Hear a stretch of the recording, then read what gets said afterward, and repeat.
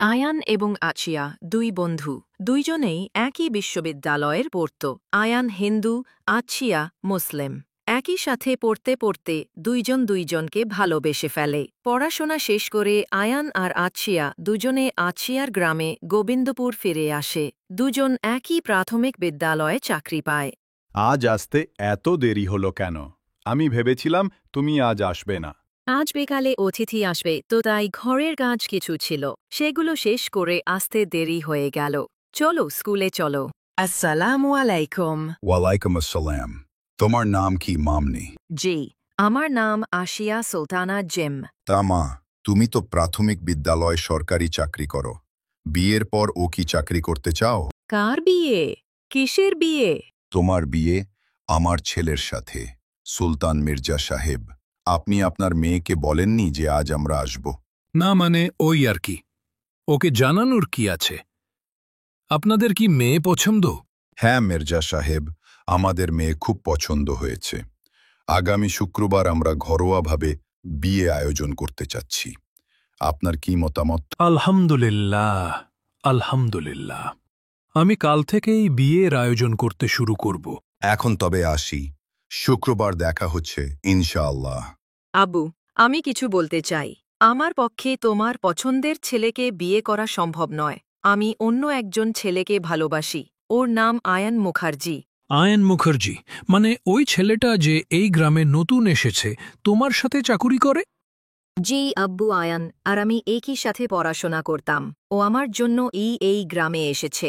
তোমার সাহস কি করে হয় একজন মুসলিম পরিবারে মেয়ে হয়ে হিন্দু ছেলেকে বিয়ের কথা চিন্তা করা? এই জন্য বলে মেয়েদের এত পড়াশোনা করতে দেওয়া উচিত নয়। বেয়াদব মেয়ে, এই জন্য তোমাকে শহরে পাঠিয়েছি। কাল থেকে তোমার স্কুল যাওয়া বন্ধ। বিয়ে হবে তারপর। এটা 2025 সাল। এখন ছেলে মেয়ে সবাই স্বাধীন। তুমি আমার ইচ্ছার বিরুদ্ধে আমার বিয়ে দিতে পারো না, আর আমি অয়নকে ছাড়া আর কাউকে বিয়ে করব না। আজকের পর থেকে তোমার বাড়ি থেকে বের হওয়া নিষেধ। আমি ও দেখতে চাই তুমি কি করে আয়ানকে বিয়ে করো।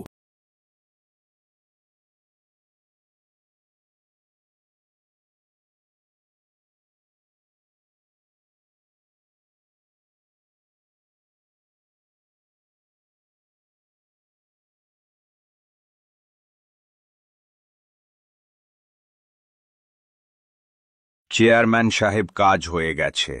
ওই মাস্টারকে একেবারে শেষ করে দিয়েছি। আচ্ছা, এখন যা, তবে সামনের মাসে তোদের দুইজনকে ৫,৫ হাজার টাকা অতিরিক্ত দিব। আপু, সর্বনাশ হয়ে গেছে। চেয়ারম্যান সাহেব তো আয়ান ভাইজান রে মেরে ফেলছে।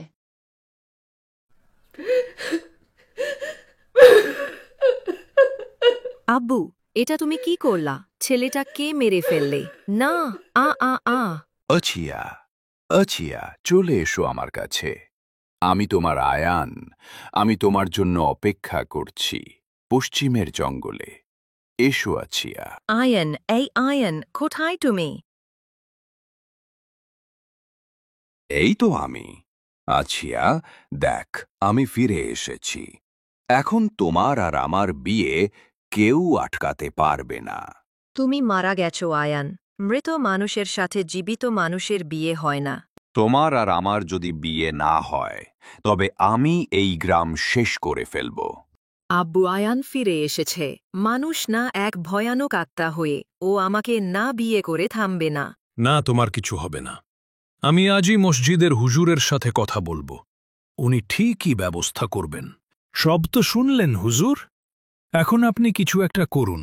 আপনি চিন্তা করবেন না চেয়ারম্যান সাহেব, আমি দেখছি।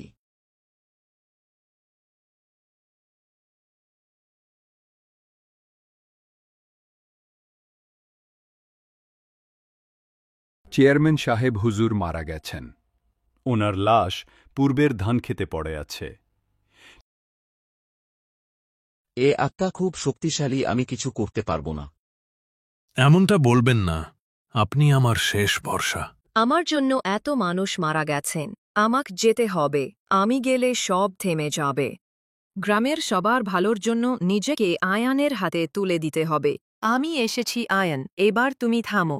আমি তোমাকে বিয়ে করব। এরপর থেকে আচিয়াকে আর কেউ কখনো দেখেনি।